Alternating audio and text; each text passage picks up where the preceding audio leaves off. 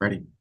All right. Hi, everyone. Welcome to episode 4 of the FAB podcast. Today, we have founder of Tilt Parenting, parenting activist, speaker, and author Debbie Reber. I'm Bailey Moats. I am the director of outreach for Fusion Academy, both our Alpharetta and Buckhead locations in Georgia. And this is my co-host, I'm Robert. Ro- Passing it to yes. you. Yes, I'm Robert, head of school here, excited for another episode and ready for the special guest. All right, Debbie, we're just going to kick off with having you tell us a little bit about yourself, and we can start there. Sure. So, first of all, thank you for inviting me to have this conversation with you. And my name is Debbie Reber. I am currently the founder of Tilt Parenting, which is it's a resource for primarily parents and caregivers, but also therapists and educators and anyone who is working to support and respect and embrace neurodivergent kids. I call them differently wired kids. And I launched it in 2016 with a podcast. So it's been around a while now. And as part of that work, I still have that podcast. I do a lot of content and resource creation for parents. And I also wrote a book called Differently Wired: Raising an Exceptional Child in a Conventional World, which is kind of sharing some thoughts on how to support parents navigating this journey. That's amazing. Thank you so much for joining us and sharing us a little bit more insight from your brain and your perspective. I know that you mentioned your book, but I would love to kind of dive into what led you to writing your book, Differently Wired. Yeah. So I am an author, and my first book came out in 2001.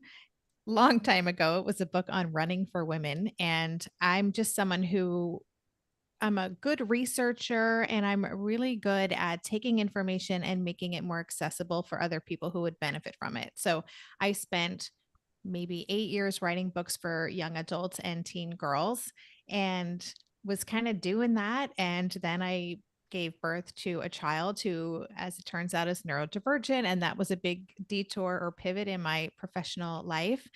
And so I always kind of knew once at a certain point, I am going to share to do what I did in the teen girl space, but I'll do the same thing here. I'm going to write down what I've learned, share resources, and try to put something out there that would support other parents in the same situation so they don't feel alone, so they feel like they have access to solid information, and so it would provide some tools and strategies for navigating this parenting journey.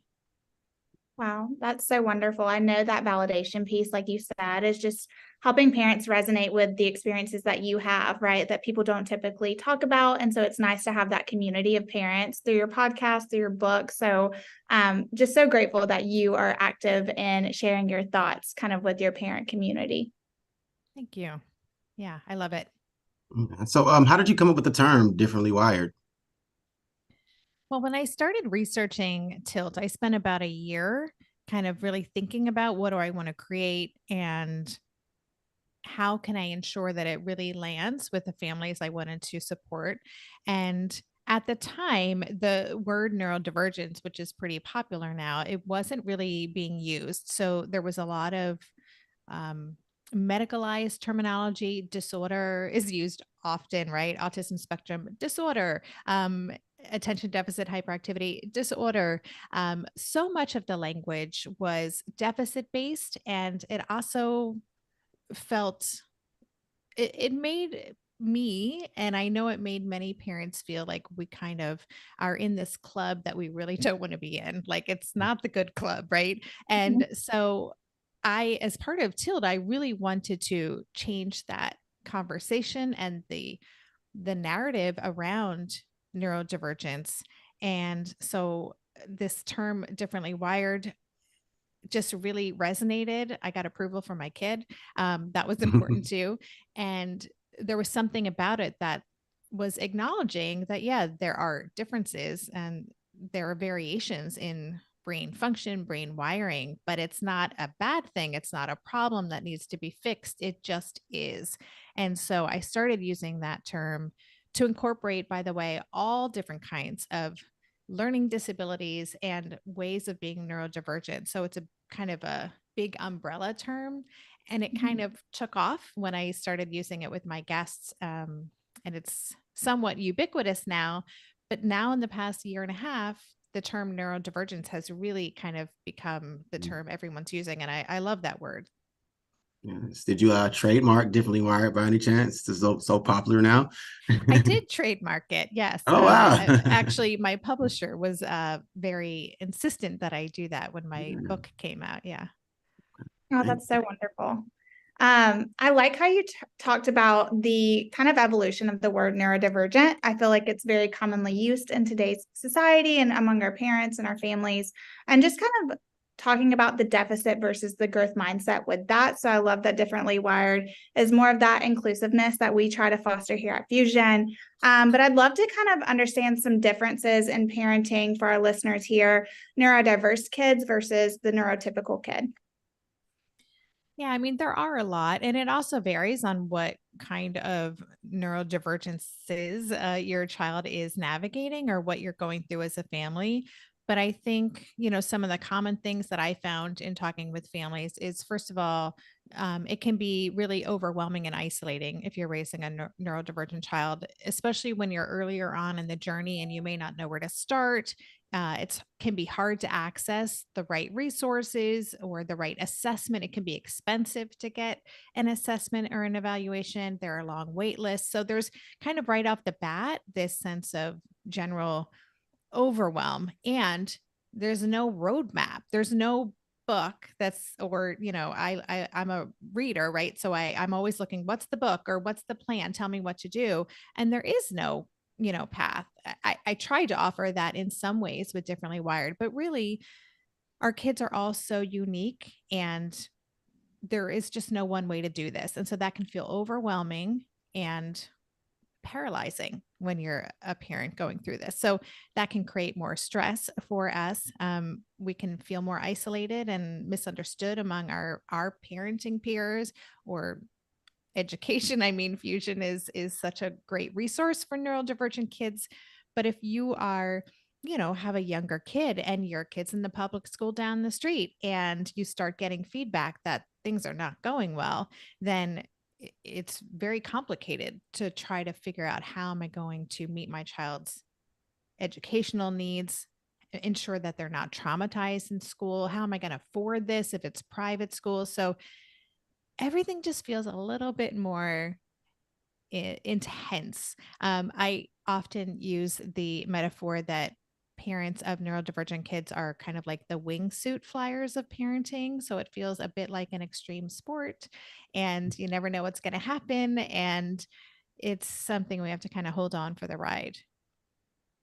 I think Yes. that's so validating too. I feel like a lot of our parents that come through our doors and parents that we meet and just anyone really can kind of feel like they're doing their child a disservice if they don't get diagnosed, later on in life. Or I feel like we hear that all the time, Robert, about parents saying, I should have noticed these signs. So I really love that validation piece as far as letting parents know that it is a lot of work and it's going to look a little bit different. But I know that our parents are so grateful for that advice, because sometimes it does feel like you need a full army suit and be ready to go. So thank Yeah, you for sharing absolutely. that little tip there. Yeah, sure. Debbie, I really loved the Tilt Parenting website. A lot of resources. I saved and bookmarked a lot of the stuff on your website as a parent myself. But what tips do you have for meeting the needs of children who live in families who have a neurodiverse and neurotypical siblings?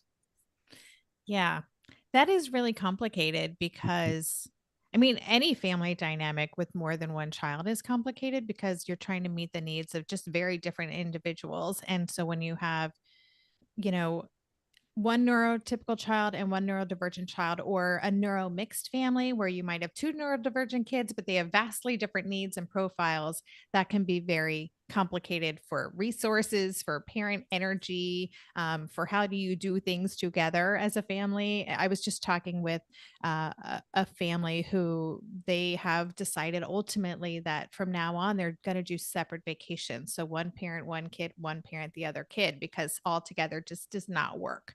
And so oftentimes it is figuring out what is actually best for our family and making choices that might be curious to other families, families with neurotypical kids may not get why you're going on two separate vacations, but prioritizing the needs of our kids and what we know works is really important. And I would say one of the things I talk a lot about is the importance of creating a culture of openness and vulnerability in our families. So, and that starts with us as the parents. So, if we can model our own areas of, challenge, or the our strengths, but also the things that we struggle with, and how do we navigate that? If we can talk about that openly, and so that as a family we're always talking about, oh my gosh, you're so good at that, can you help me with that? Or, oh, I'm really working on this, I could use your advice. This was really hard, talking about what happened at the office or that day, and where you got really frustrated and you had to, use a coping strategy. So I think always talking about that everyone in our family has unique strengths. Everyone has things they're working on, and that's okay. So we want to normalize that way of being. Everyone's way of being is okay. And then the last thing I'll say is just that importance of making sure that every child has their own connected experience with the parents. So something that's just for that child and that parent or those parents. Um, so that they get a chance to just kind of be themselves. Because sometimes if there is a child that needs more support, it can kind of, suck up a lot of the air in the room, and kind of drive what's happening with the family. So making sure that the other child also has time where they can really just enjoy that one-on-one time with a parent. And thank you for that. And Debbie, would a difference in age change anything with that versus we have a younger sibling maybe in elementary school and another one that's completely different in high school? Would that change anything? Yeah, I think it's our kids are always changing, right? And we always want to kind of be meeting our kids' needs where they are at that time. And so, and with a neurodivergent kid, their age, their chronological age may be different from their social emotional age. That may change from day to Mhm. day. It could change what's going on.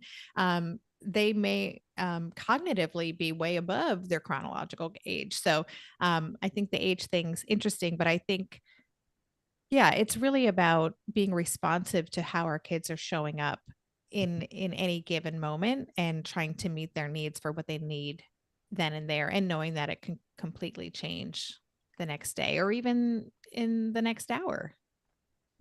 Thank you. I think there's a big conversation too about being aware and being present in the moments like you talked about. And we talk about bringing your strengths to the table and aligning with those with your children. So I'd love to kind of talk about, even though there are a lot of disorders, right? Like you said earlier, let's talk about the gifts of neurodiversity. I know that obviously when you're in the day to day, sometimes it can be easy to look at the negative because that's what we all do. We're human, right? So I'd love to kind of pick your brain as far as like the gifts of neurodiversity and kind of share that with our parents for, their children, even in the toughest moments.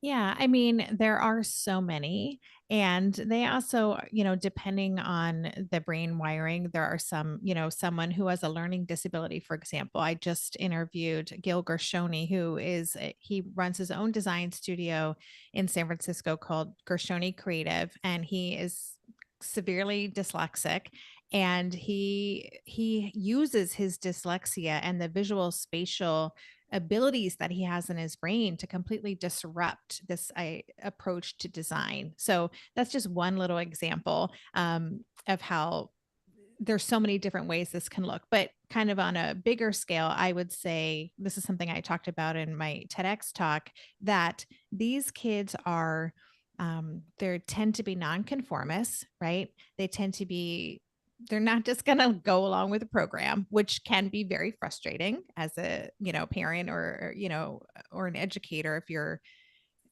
if this kid has, their own agenda all the time. But being a nonconformist can be an incredible strength.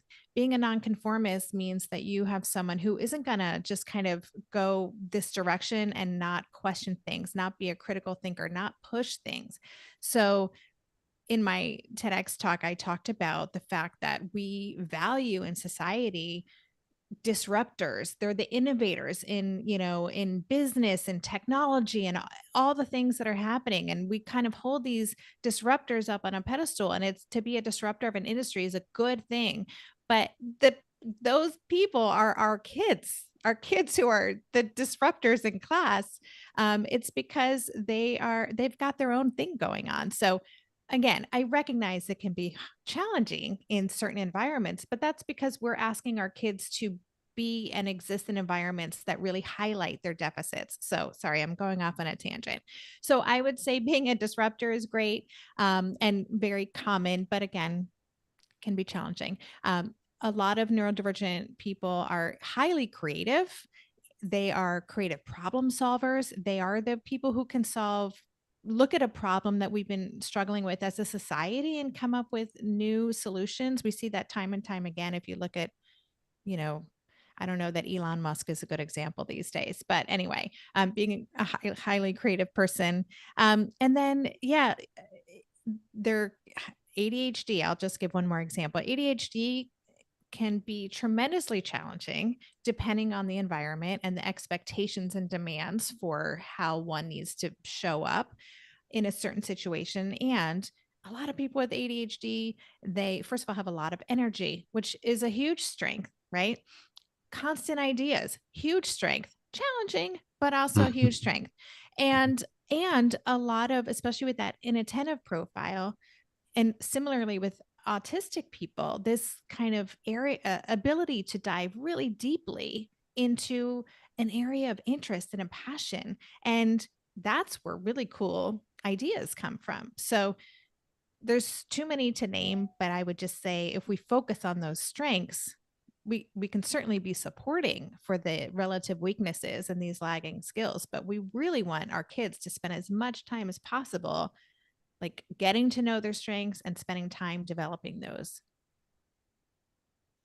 That's great advice. And I think too, some of our parents, right, especially those at a younger age, what advice would you give to parents to help kids kind of foster those creativities? I know that, at a younger age, right, kids may be trying to figure out what they like, or if they're in more of a setting that they're not thriving in, that can often be suppressed. So what advice do you have for those parents out there to help them celebrate those gifts like we just discussed?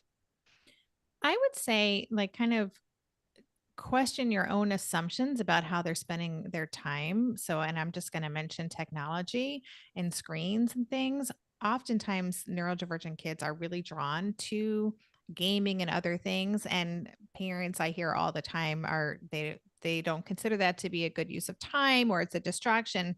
And, but there are so many opportunities and so many strengths that can be developed through gaming or through, kind of really leaning in. So I always encourage parents to get really curious about the things that their kids are naturally drawn to, ask them questions, ask them to teach you how to play a game, like really lean into their worlds can be a great thing. I also just want to say that there's this idea that our kids have to find their passion. And I want to just dispute that in some ways because, some of us are still figuring out our passion, right, as adults. And that can feel like a lot of pressure on a kid that they have to know what they're really passionate about.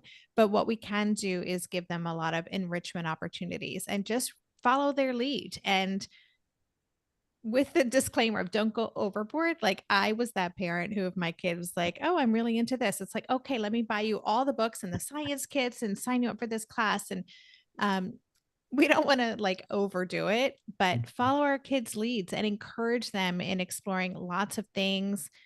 Get curious about the things that they're drawn to and ask lots of questions. Make yourself available to learn. Ask them to teach you stuff and make observations while you're doing that. Like, wow, I had no idea that you had such good hand-eye coordination. How did you learn how to do that? So with everything that we're doing, we're also helping our kids know themselves and understand kind of how they experience the world. So great. Yeah. So Debbie, that makes me think I have probably donated over 30 boxes of Legos when my son had a phase of just like I love Legos. They're the best. Yeah, and I also want to go back to the gifts of neurodiversity. Eric, when you said something about nonconformers, I have a student here, and I was doing a tour with a new family, And I had the students share their experience while they were in class. And the student was like, hey, I'm loving the experience, but the schedules can be chaotic if you're coming in the middle of the year. And I appreciated that honesty. And it was very authentic. And the visiting parents, they appreciated it too. So you're absolutely right. That's definitely a gift. Yeah. Yeah, to just speak honestly and openly, right? Like that Mhm. is, and unfortunately, just to speak to that, a lot of neurodivergent people, especially if they're in environments where they have been shamed or punished for being who they are, then they start to mask in certain environments. And that can have really long term negative impact on that individual. So, being in environments where you can really just show up as you are, know that there's nothing wrong with you and that you're okay, um, in the way that you be in the world, um, so that these kids can feel safe and their nervous systems can come down and they can have less anxiety, and that's when the good stuff can happen. Yeah, agree with you. And speaking of environments, let's talk about home. So I think all parents, they live with the fear of just doing it wrong. They're screwing things up horribly. I know I keep myself up late at night if I'm doing it wrong, right? But can you give our listeners some ideas of how to conquer those fears and reframe so they can move in a more positive direction rather than a negative one? Yeah, I will say that I interviewed for my show Dr. Mona Delahook, who has written a couple of great books. One that I love all of them, but her most recent is Brain Body Parenting. And she's, this accomplished psychologist, child developmental expert, and telling me how she's like wishing she had a do-over on all of these things, that she did as a parent. I'm like, oh, that makes me feel so much better because I experience that all the time. But getting to your question, I think it is really important that we as parents get real about the things that are stressing us out and know that that's our thing, right? So much of the discomfort and the pain or the sadness or the frustration in our lives as parents is because we have a vision or an idea or an expectation about the way things should look. And then we have the reality of who our child is and what's actually going on. And if we're not willing to question our expectation and our vision and deal with our own discomfort, then we're not going to be parenting the kid we have. And it's not going to feel good for anybody. And so the work that I do at Tilt is really all about helping parents do their own work on themselves so that they can confront or just bring to light the fear that they might have, their worries, their uncomfortableness with uncertainty, their uncomfortableness with feeling judged by other families, worry about making the wrong decisions, all of those things. It's a lot, but we need to acknowledge that and realize, yeah, this is really hard, right? We can be gentle and compassionate with ourselves and keep leaning into that discomfort and getting curious about who our kids are. So, the last thing I'll say on that point is, as part of that, it's really important that we're always zooming out and remembering, what are we doing here? And I'm sure as educators, you're doing that all the time too. Like, the goal is we want our kids to love learning. We want our kids to know themselves. We want them to have the ability and the tools to create a life that they love. And that's what every parent, like, that's what we want. And so we can get really siloed on this one vision of success means my child does this, then goes to this school, and this is what their life should look like. And that's our discomfort. So we want to remember what we're doing here. And ultimately, our kids are on their own unique path. And so when we notice our own fear and anxiety is interrupting or kind of getting in the way and causing conflict, it's our job to do our own work so that we can show up for the kid that we have and make sure they know that we've got their back, and that we're here to help guide you in creating the life that you love. Love that, Debbie. Thank you. Thank you. So many impactful thoughts and words from you. As we kind of wrap up the question portion, I'd love to kind of dive in and just say, what especially do you want our listeners, both parents of neurotypical and neurodiverse children, to really gain from this podcast or to know as your last final words towards them? My last final words. I feel like pressure that this has to be really wise. I would just say one of the things I just always want parents to remember is that their kids are not broken.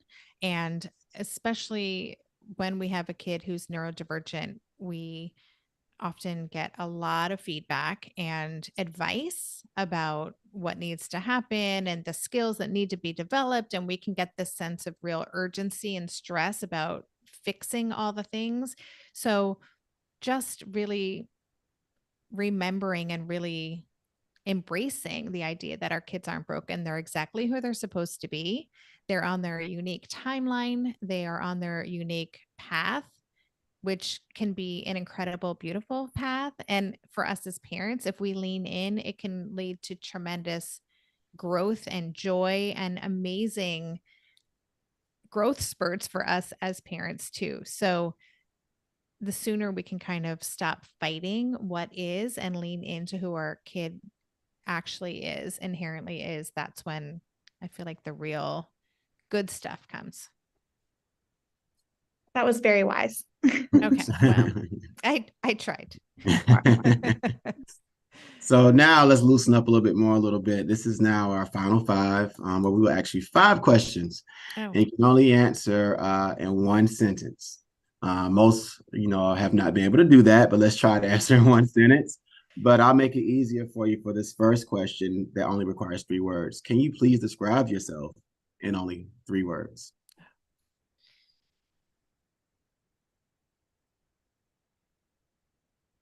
Sarcastic, Hmm. creative, persistent. Nice. Sarcastic, creative, persistent. Love that.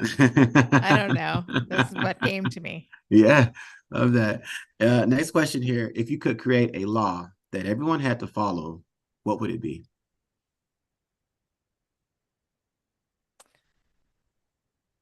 I would create a law where everybody has to treat other humans with deep respect and not feel they need to impose their personal worldviews on other humans.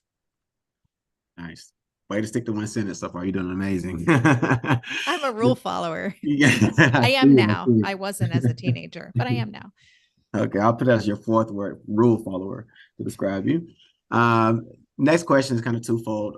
What's the best advice you ever received? Oh my gosh. Best advice I've ever received. I honestly, like, my mind is drawing a complete blank right now. I don't know if it's advice, but it was something my therapist taught me in, I guess it is advice, in my early 20s. And that is that happiness is not a destination, it's an emotion. And happily ever after does not exist. If that makes sense. And so on the flip side, what's the worst advice you ever received? When I was parenting a very dysregulated little human, a friend suggested, well, instead of being calm all the time, why don't you try really like imposing and being an imposing authority figure and yelling? Maybe they'll listen to you. It was not good advice. It was very fun reading up on the history of tilt parenting and learning more about how you started it. But if you had a time machine, you had to go all the way back in time when you started tilt parenting, what would you do differently?